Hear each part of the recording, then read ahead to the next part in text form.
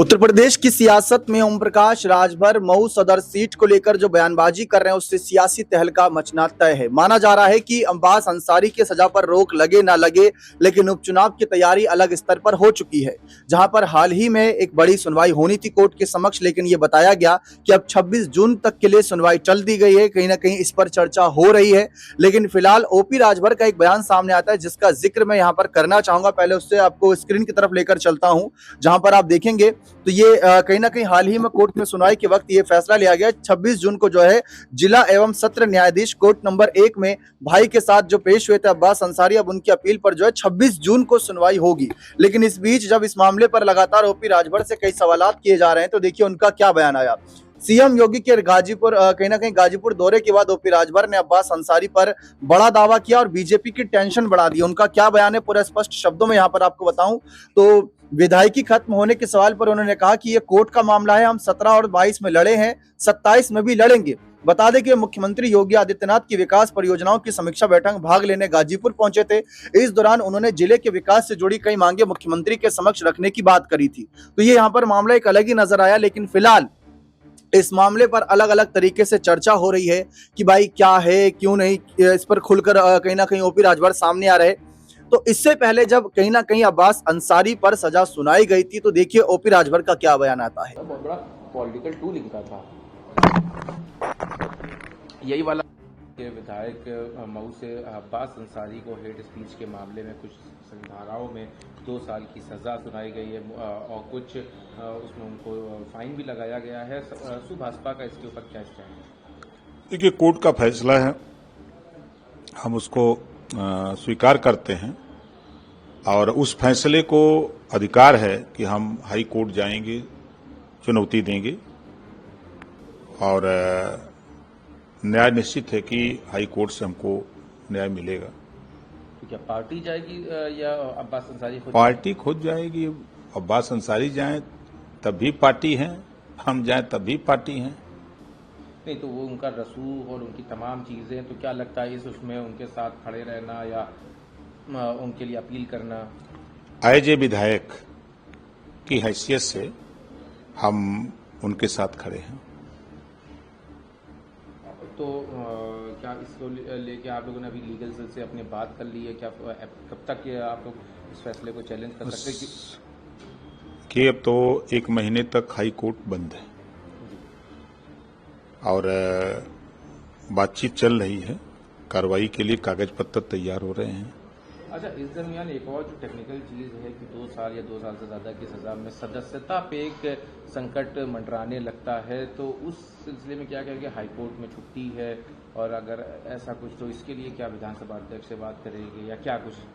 नहीं, बिल्कुल बात करेंगे, विधानसभा अध्यक्ष से बात करेंगे कि भाई छुट्टी है, उनको मौका दिया जाए अपनी बात कहने का हाईकोर्ट में। कई विधायकों के मामले में इसी उत्तर प्रदेश में देखा गया या राहुल गांधी के मामले में देखा गया कि फौरन सदस्यता रद्द हो गई। ठीक है, हमारा काम है कहना, हमारा काम है सिफारिश करना और अपना अध्यक्ष जी का काम है अपना काम करना। मतलब इस पूरे समय में भाजपा अपने विधायक के साथ बिल्कुल। देखा आप सभी ने किस तरीके से ओम प्रकाश राजभर ने क्लियर कट शब्दों में ये कहा कि वो हमारे विधायक है, एक विधायक के रूप में मैं उनको पूरा समर्थन कर रहा हूं, लेकिन योगी सरकार के लिए भी मुश्किलें बढ़ा रहे हैं क्योंकि बीजेपी की कहीं ना कहीं सीट पर नजर बनी हुई है, ऐसा माना जा रहा है। जो मुस्लिम बाहुल सीट है उसको जीतकर बीजेपी एक एग्जाम्पल सेट करना चाहती है कि देखिए कैसे हमारे समर्थन में जो है मुस्लिम विधायक भी कहीं ना कहीं जो मुस्लिम बाहुल सीट है वहां पर भी हमारी पकड़ बन नहीं है। लेकिन क्या ओपी राजभर इतनी आसानी से ये सीट छोड़ देंगे? पंचायत चुनाव अकेले लड़ने का ऐलान तो वह कर चुके हैं। नजर इसी बात पर बनी हुई है कि क्या वह अगर बीजेपी सीट पर अड़ती है तो क्या उनसे भी लड़ जाएंगे, इस पर भी चर्चा हो रही है।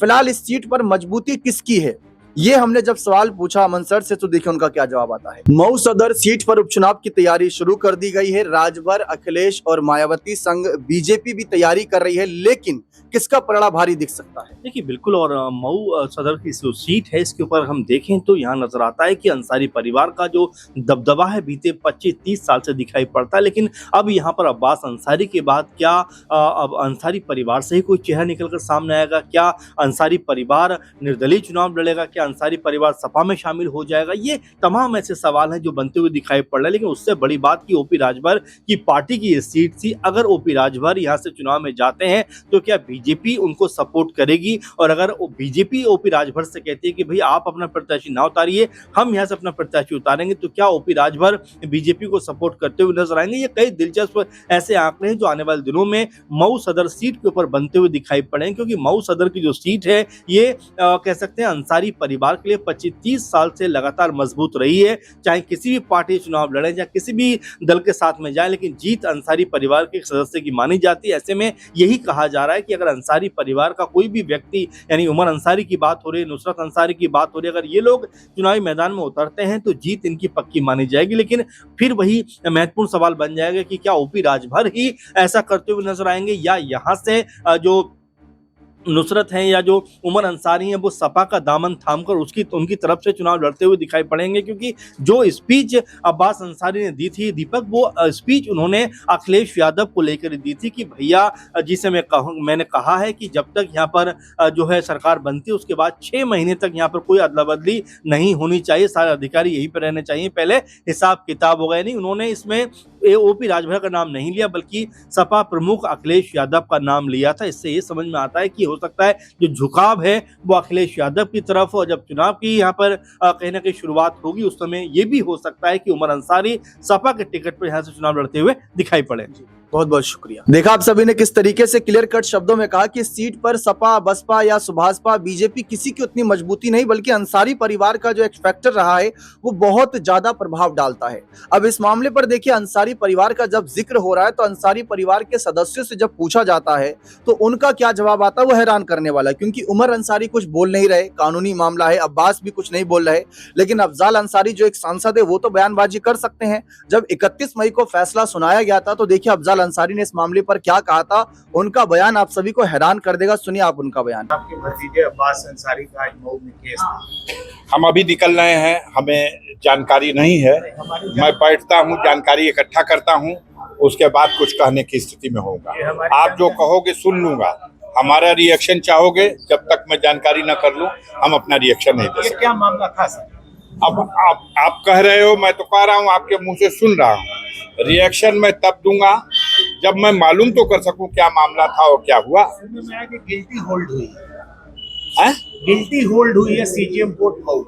होल्ड मींस मतलब सजा के लिए दोषी करार हो सकता है। मैं इस खबर की पुष्टि करके तभी बताने के।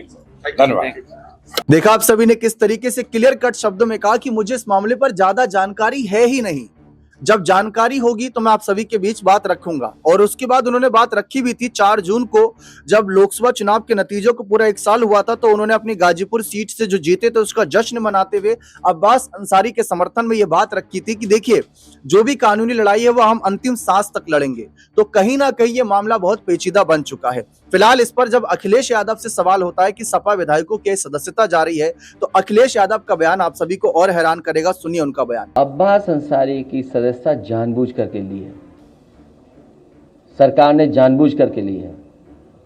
और अगर इन्हीं स्टेटमेंट्स पे किसी की सदस्यता ली जा सकती है तो इसके सरकार के बैठे हुए लोग क्या बोल रहे हैं? क्या मेरा डीएनए याद दिलाएंगे वो लोग? क्या समाजवादियों का डीएनए पूछेंगे? जितनों ने डीएनए की बात की उनकी सदस्यता क्यों नहीं लेते हैं जज लोग?